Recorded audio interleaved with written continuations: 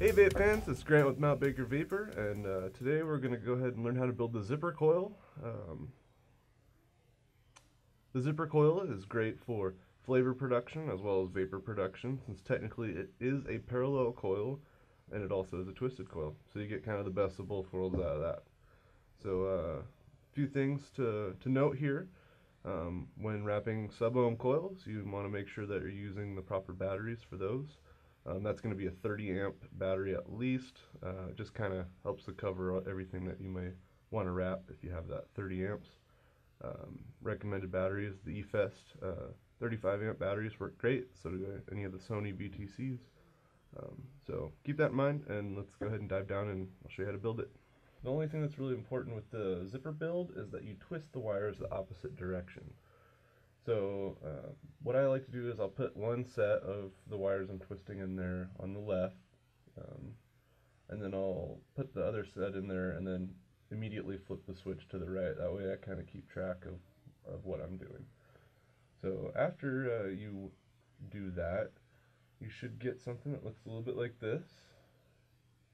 And you can kind of see up here that those twists are going the opposite direction, and that's what you want. That's what gives it the zipper effect.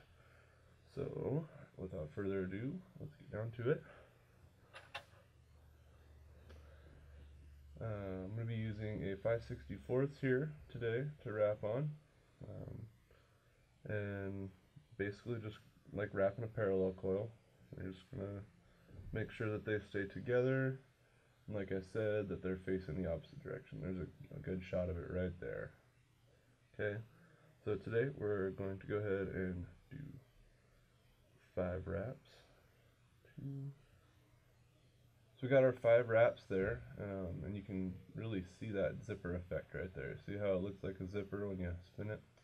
That is exactly what you want. This is providing you surface area, but you also have all these little channels for the juice to wick into your twist, which is what gives you your flavor. Also, if you can see these little gaps down in here, that also allows vapor to escape from the inside of the coil, which is going to help with the vapor production as well. This one's going to be pretty low. You can add or subtract wraps. I wouldn't recommend really subtracting any, but you can definitely add wraps to this if you want to increase the resistance a little bit more.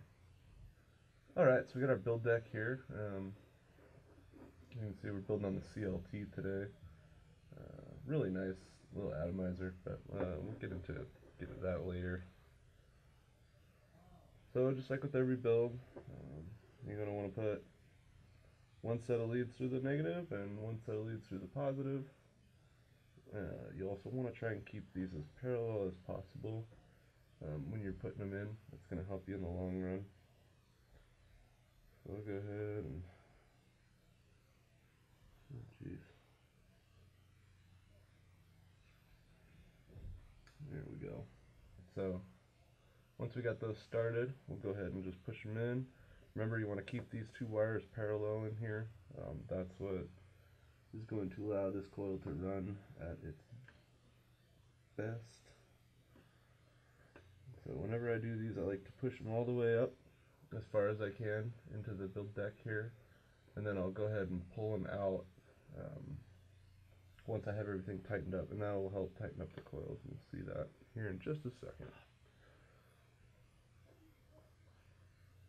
Depending on what atomizer you have, you may need to struggle with it a little bit more just because of the post hole diameter. But once you get it in there, it's going to stay pretty easily. Just want to give it a good tighten.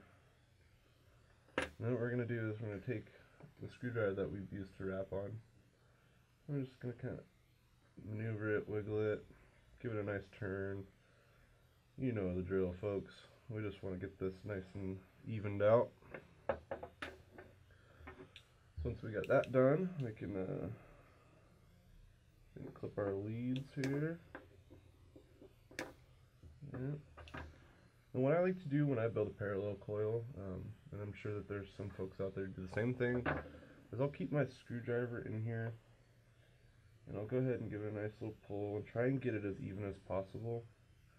Alright, and I'll have my pliers ready so that when I pull this out I can instantly heat it up, some heat to it, start forming it.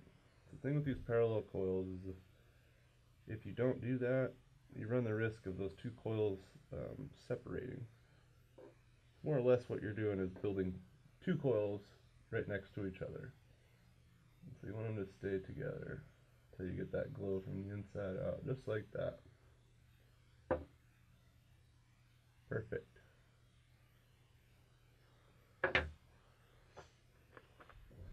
We'll take a little piece of rayon here, we'll just feed it through, just like normal, nothing unusual about this. Damn. Had it the first time. Okay. So I got my rayon through, finally. So we'll pull it through until it's nice and snug, but not super tight. And just give this a clip. And about there. Alright.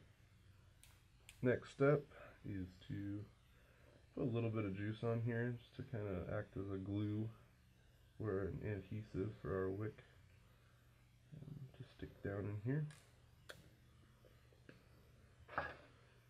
And I like to use a screwdriver and just kind of push it under. Just like that.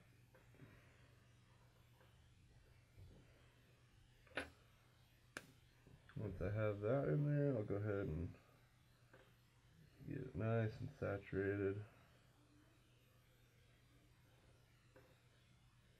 Just like so. Alright, there it is. We have our 28 gauge zipper coil. That works pretty nice. Let's see what it reads out to. About, as you can see on the iStick 50 I got here. So as you can see, our build here came out to about 0.4 ohms. So about, at about 50 watts, this is going to be a pretty nice vape. Let's take it up to 50.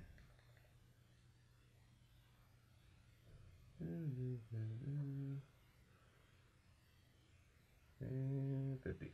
All right. That really checks out the vapor there, doesn't it? All right, folks, we got our coil built in here. We can go ahead and give it a vape.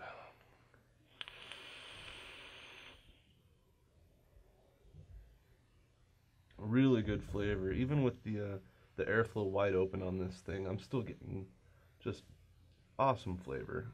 And that has to do with the twisted wire, the zipper coil itself, how it's engineered and how it's built. It's built to let the juice soak into that coil, but also escape when it's vaporized. So that's what we're getting here out of this this zipper coil here. We're getting great flavor, and as you can see, pretty dang good vapor for a single coil. So yeah, there you have it. Hope you enjoyed. We're gonna have another poll for the next video that we do, so be sure to check that out.